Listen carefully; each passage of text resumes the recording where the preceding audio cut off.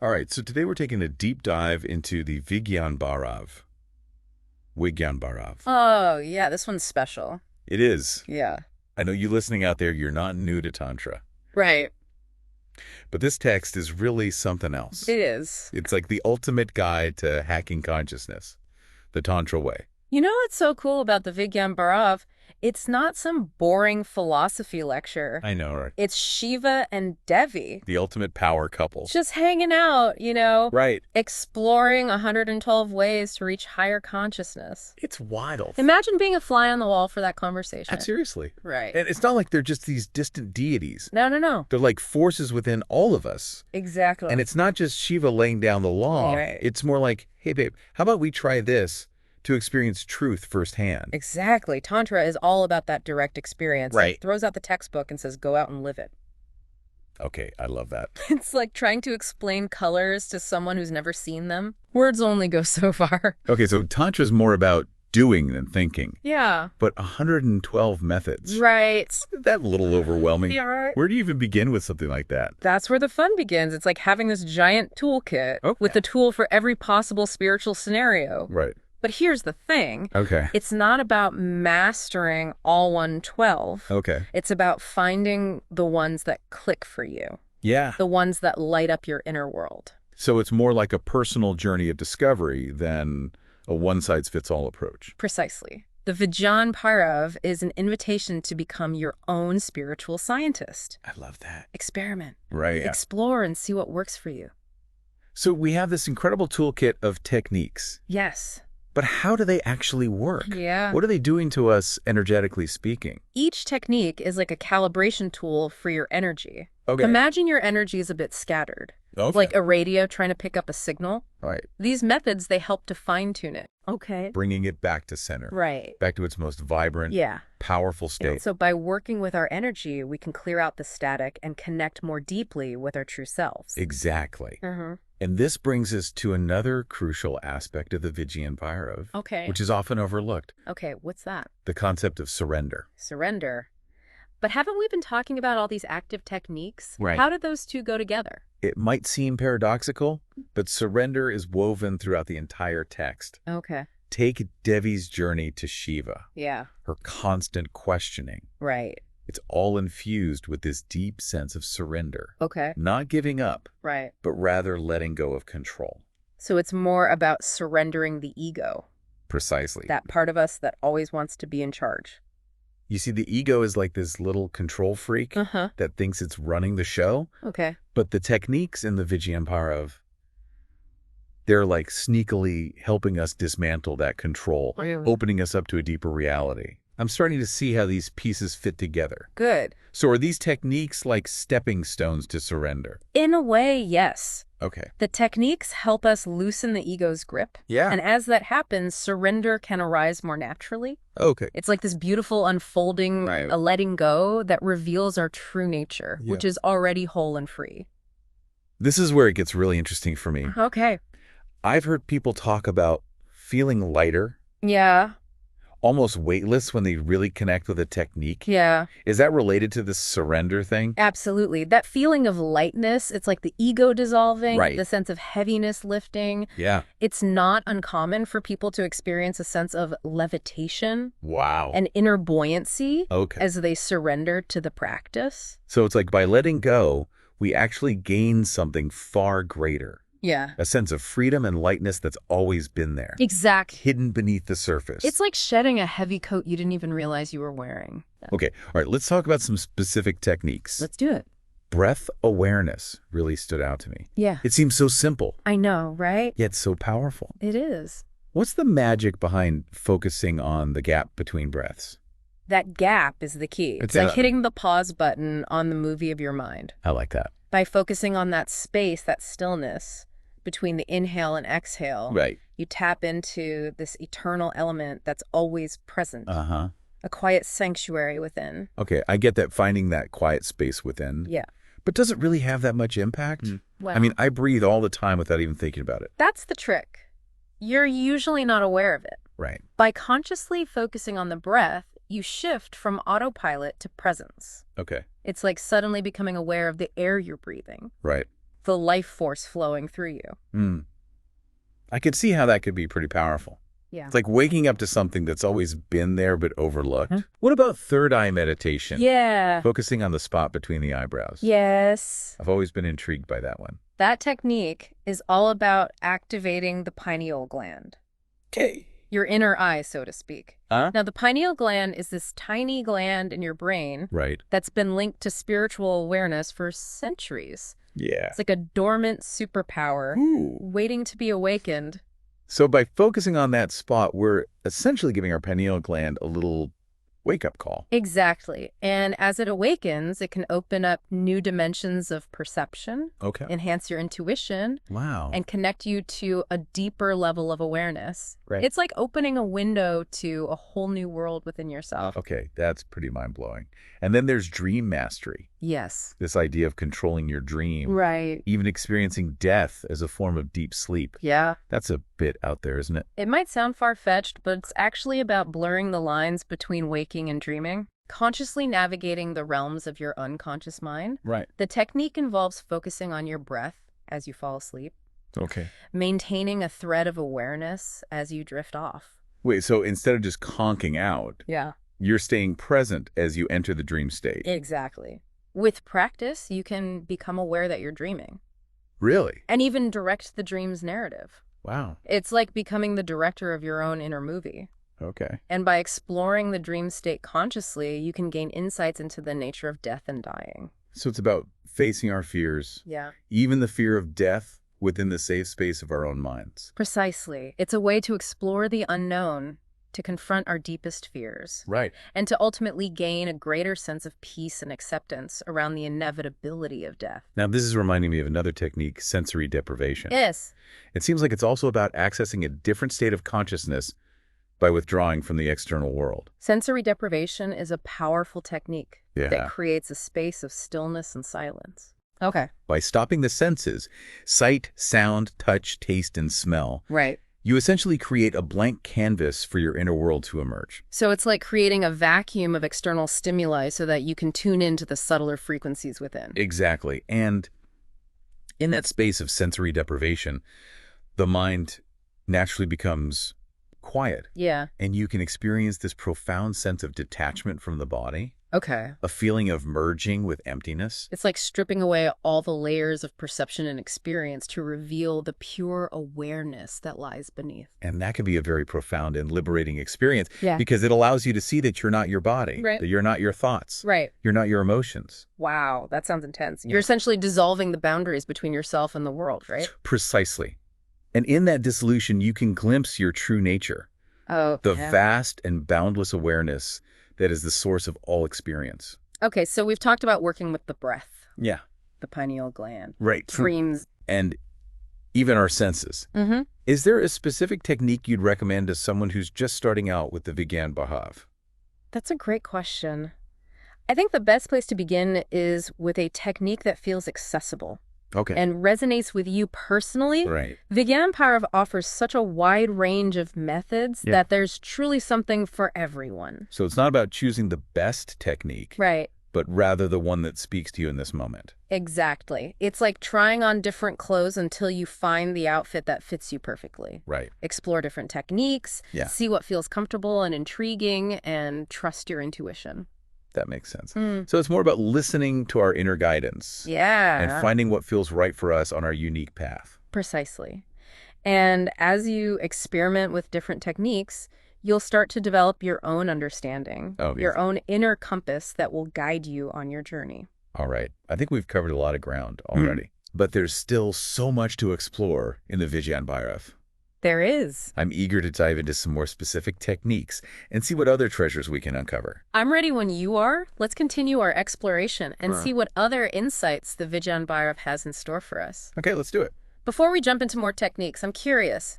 What stands out to you so far about the Vigyan Bhairav's approach? Honestly, the thing that keeps coming back to me is this idea of using everything in life as a pathway to awakening. Even stuff that we usually try to avoid. Like anger or difficult emotions. That's a core principle of Tantra. using every experience as fuel for transformation. Instead of rejecting or suppressing it, even things we label as negative can become potent teachers. So it's not about becoming some perfectly serene being who never gets angry or upset. It's more about learning to work with those energies in a skillful way. Exactly. It's about turning poison into medicine. Wow. Imagine instead of pushing anger away, you learn to observe it, understand its roots, and even channel its energy into something creative or powerful.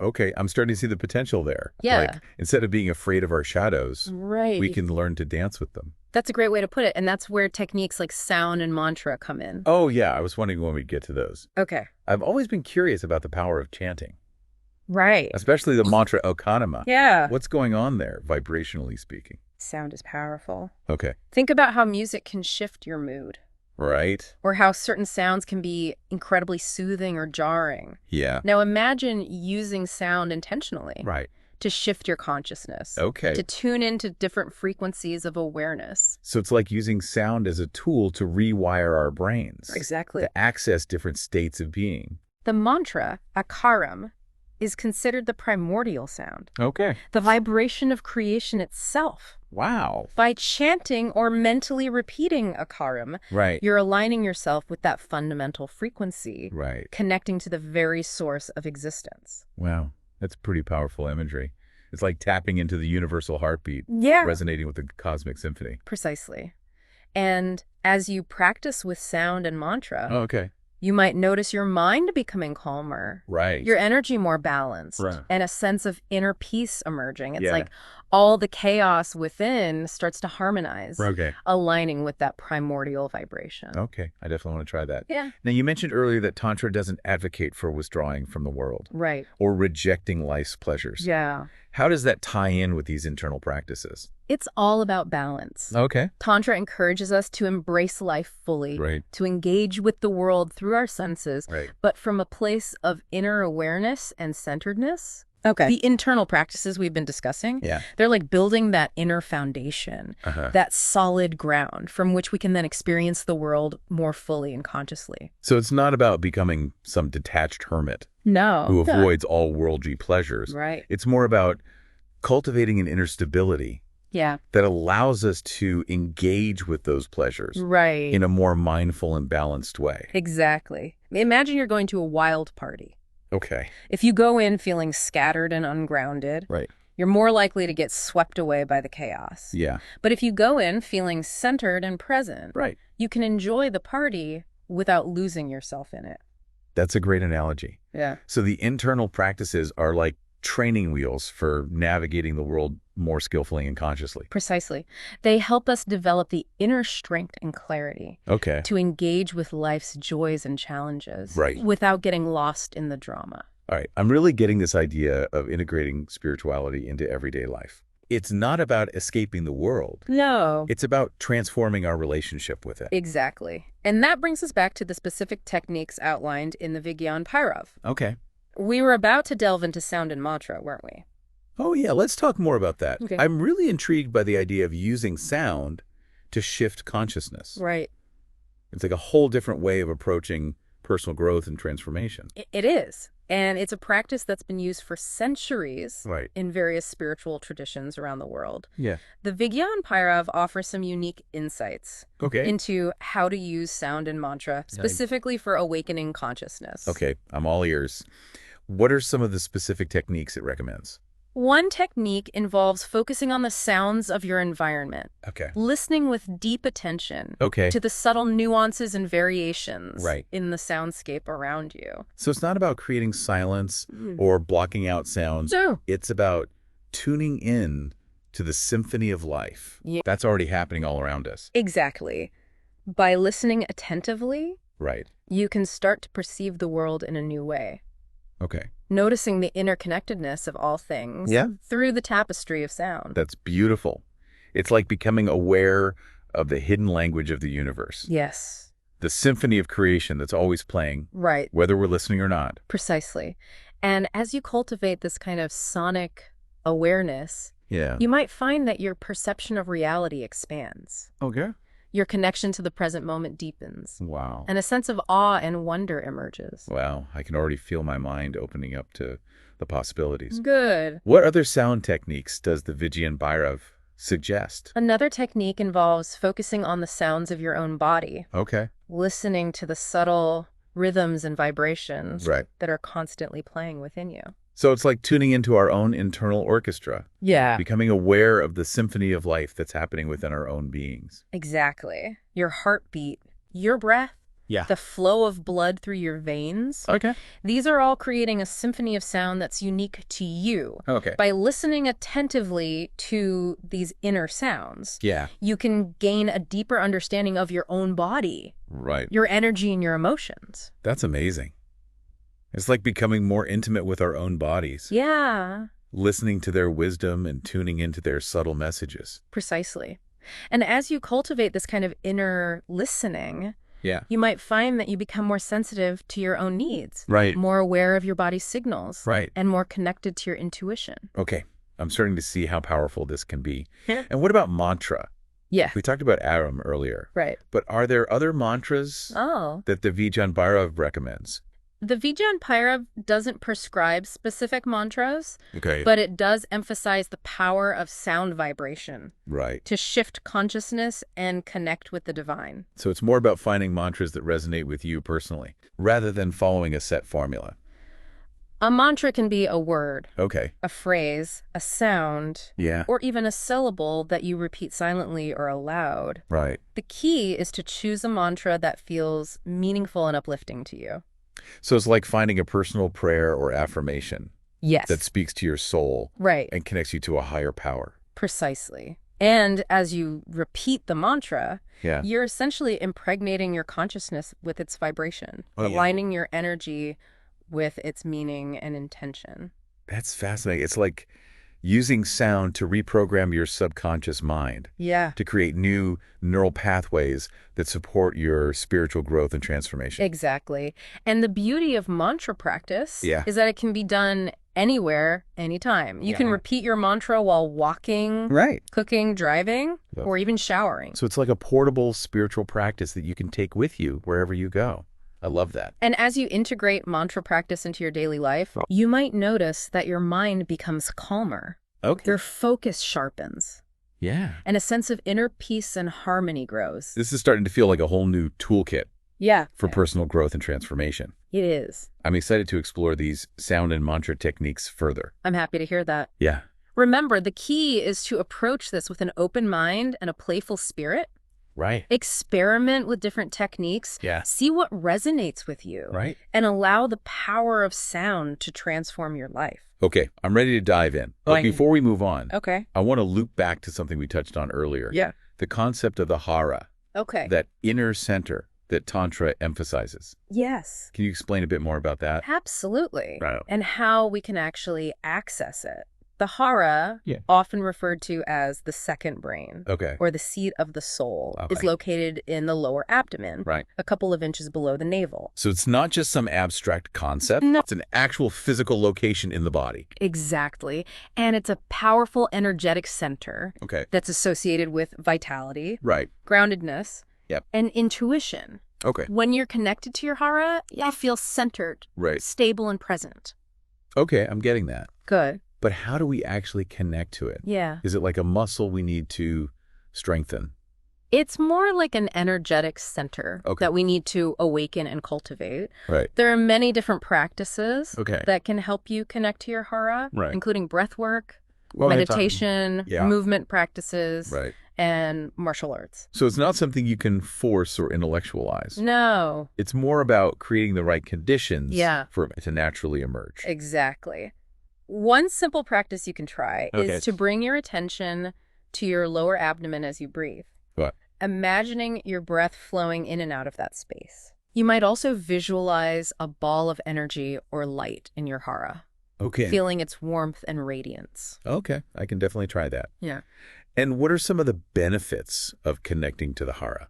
Yeah. How does it actually impact our lives? When you're grounded in your hara, Okay. you feel more stable and less reactive to external circumstances. Yeah. You're less likely to get swept away by your emotions. Okay. Or caught up in mental chatter. So it's like having a stronger foundation. Exactly. Both physically and emotionally. You're more resilient. Okay. More adaptable. Right. And more able to handle whatever life throws your way.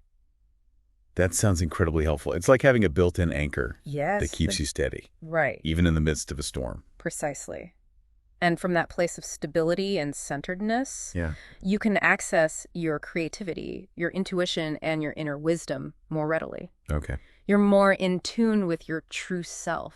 Right. And better able to manifest your desires. This is starting to paint a whole new picture for me. It's like the hara is this secret powerhouse within us that we can tap into to create a more fulfilling and empowered life. Exactly. It's like discovering a hidden wellspring of energy and vitality. Right. That's been there all along, waiting to be activated. I'm definitely feeling inspired to explore this further. Yeah. And I think it's a great segue into another topic that I'm really curious about. Okay. This idea of Tantra being a path of affirmation rather than negation. Ah, yes, the celebration of life. It's a beautiful aspect of Tantra. It is. Easy. Absolutely. It's so refreshing to encounter a spiritual path that doesn't advocate for renouncing the world or suppressing our desires. Exactly. Tantra sees the beauty and the potential for awakening in everything. Right. In our senses, our emotions, our relationships. Yeah. Even in the things we might consider shadowy or negative. So it's not about denying our human experience, but rather about embracing it fully. Yeah. And using it as fuel for our spiritual growth. Yeah. Precisely. It's about recognizing that every experience, Right. every emotion, every encounter holds the potential to awaken us to our true nature. I love that. It's so empowering to realize that we don't have to reject any part of ourselves to be spiritual. We can embrace our wholeness, our light, and our shadow, and use everything as fuel for our journey. Beautifully said. And that includes our desires. Right. Tantra doesn't see desire as something to be feared or suppressed. Right. Instead, it sees desire as a powerful energy that can be harnessed and channeled for transformation. So it's not about becoming some desireless being who's detached from the world. Exactly. It's about learning to work with our desires in a conscious and skillful way. Exactly. It's about understanding the nature of desire. Right. Recognizing its root. Okay. And then channeling its energy into creative expression. Okay. Spiritual practice. Right. Or even the manifestation of our dreams. Okay, that's a whole new way of looking at desire. It's like instead of fighting against it or trying to control it, we can learn to dance with it, to ride its energy like a wave. That's a wonderful analogy. Yeah. It's about transforming desire from a source of suffering into a source of power and inspiration. It's like instead of denying or suppressing our human experience, we can embrace it fully and use it as a springboard for awakening. Precisely. It's about recognizing that every aspect of our being, our senses, our emotions, our desires, can be a pathway to greater awareness and connection. I'm starting to see how this ties back to the Vigyan Bhairav's emphasis on direct experience. Yeah.